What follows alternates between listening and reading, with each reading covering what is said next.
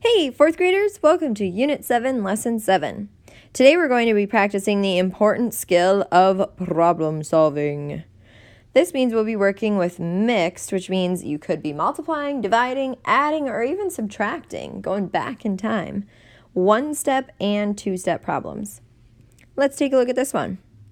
The parents ordered pizzas to serve at the carnival. Each pizza was cut into 8 slices. How many pizzas had to be ordered so that 1,319 people could each have one slice? Okay, so let's take a look. We have a certain number of people who each want a slice of pizza, and each of these pizzas will be cut into 8 slices.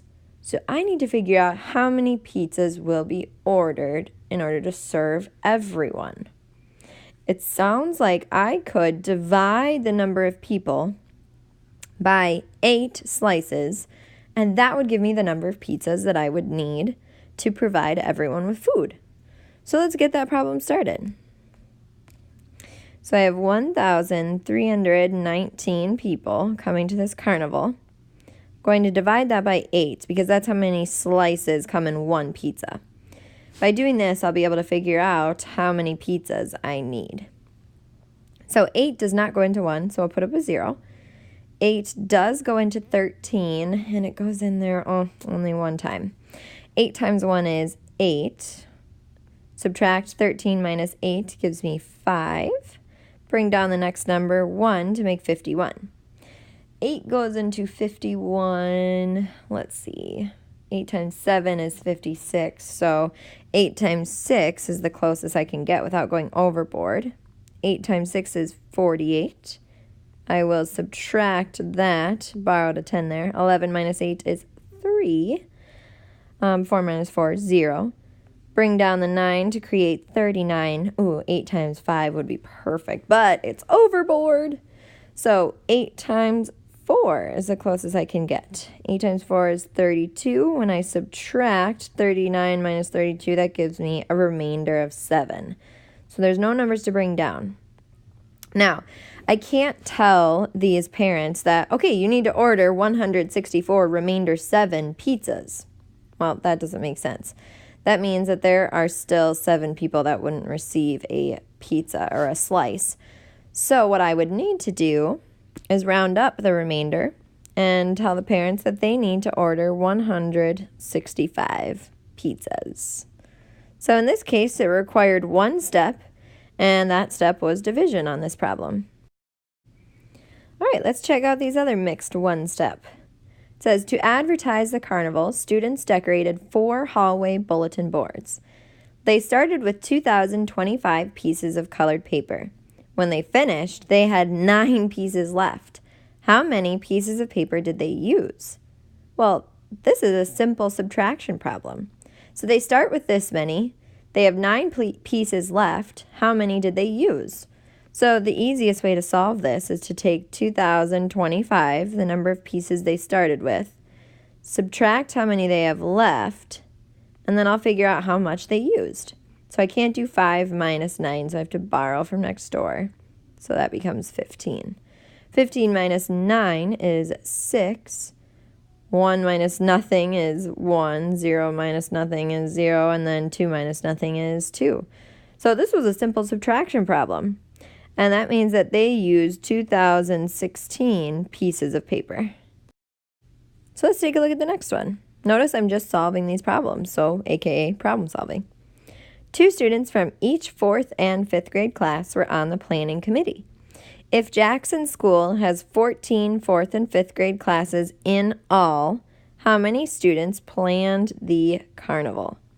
Oh, okay, so they're having 2 kids from each class to help plan, and there's 14 classes. So I could add 14 2 times, or I could take 2, because that's how many students are planning from each class, times 14, the number of classes, to figure out that there are 28 students helping to plan this fun carnival.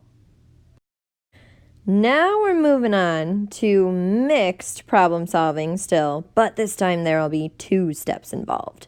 So I might have to add and then subtract, or add and then multiply, etc. So let's check it out. 3 teams built pyramids of paper cups. Each team had exactly 176 cups to use. Team 1 used exactly half of their cups. Team 2 used 4 times as many cups as Team 3, and Team 3 used 32 cups. Which team stacked the most cups? All right, so Team 2, I noticed, used 4 times as many as Team 3. Here it tells us Team 3 only used 32. So if I take 32, which is Team 3's total, times 4. Now, the reason I'm doing that is here it says Team 2 used 4 times as many as Team 3. So that means that Team 2 used 4 times more. So the answer to this problem will give me Team 2's total. So let's do that math first. 4 times 2 is 8, and then 4 times 3 is 12. Okay, so Team 2 used 128 cups. So far, they're the most, but I still have to figure out Team 1's total. And to do that, it said Team 1 used exactly half of their cups. And remember that each team had 176 cups to use. So what's half of 176? Well, I can find that by taking 176 divided by 2. Because dividing by 2 is taking 1/2 of a number. So let's do that math now. 2 does not go into 1, so I put up a 0. 2 goes into 17 8 times. 2 times 8 is 16. Subtract 17 minus 16 is 1. Bring down the 6 to make 16. Oh, 2 goes into 16 perfectly 8 times. 2 times 8 is 16. Subtract, get a 0. No numbers to bring down.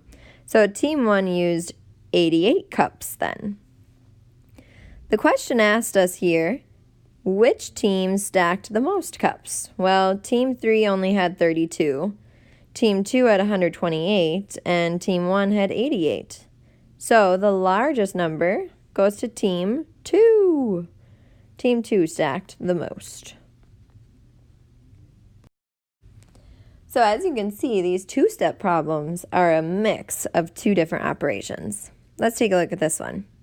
The Parents Club provided 357 celery sticks, 676 carrot sticks, and 488 apple slices.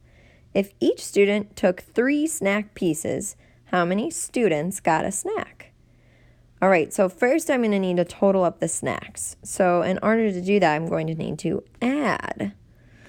So that's 357 celery sticks plus 676 carrot sticks. Okay, let's do that first, and then we'll get the apple slices involved. The reason I'm doing this is because I know that each student is going to take 3 pieces, and then I have to figure out how many students are getting a snack. So first I need to figure out how many snacks are available. So 7 plus 6 is 13, carry the 1. And then 1 plus 5 plus 7 is 1 plus 5 is 6 plus 7, another 13, carry the 1. 1 plus 3 is 4 plus 6, 10. So there are 1,033 different snacks so far, but keep in mind I still need to add the apple slices. So now I will add 488 to this total. 3 plus 8 is 11, carry the 1. 1 plus 3 is 4, plus 8, 12. 1 plus 0 plus 4 is 5, and then 1 plus nothing is 1. All right, so there are 1,521 total snack pieces. Each kid is taking 3 each. So I can figure out how many students were there to pick out a snack by dividing the total number of snacks by 3. Oops, before I get ahead of myself, I noticed that I wrote this one incorrectly. This should be 1,521. So now, by dividing by 3, I'll figure out how many kids were there to enjoy a lovely snack. So 3 does not go into 1, so I'm going to put up a 0 right away. But 3 does go into 15 5 times perfectly. 3 times 5 is 15. Subtract that. That'll give me a 0. Bring down the 2. Well, 3 doesn't go into 2, so I'm going to have to put up a 0 because it goes in 0 times. 3 times 0 is 0. Subtract. That will give me 2 again. But now I bring down the next number, 1, to make 21. And this is nice because 3 goes into 21 perfectly 7 times. 3 times 7 is 21. Subtract. And I end up with nothing left over, no more numbers to bring down. So that means there were 507 students getting a snack that day. All right, 4th graders, on your ticket today, you will need to solve these problems, and they might be 1 or 2 step. So I'll read these problems aloud to you, or you can read them on your own. It's up to you. This one is 825 students signed up to run in timed races. If exactly 6 students ran in each race, how many races were there? The second one you need to solve says, at the start of the games, 193 4th graders were separated into 3 events. 87 students participated in the first event. The rest of the students were evenly divided between the other 2 events. How many students participated in the last event? Take your time problem solving. Good luck.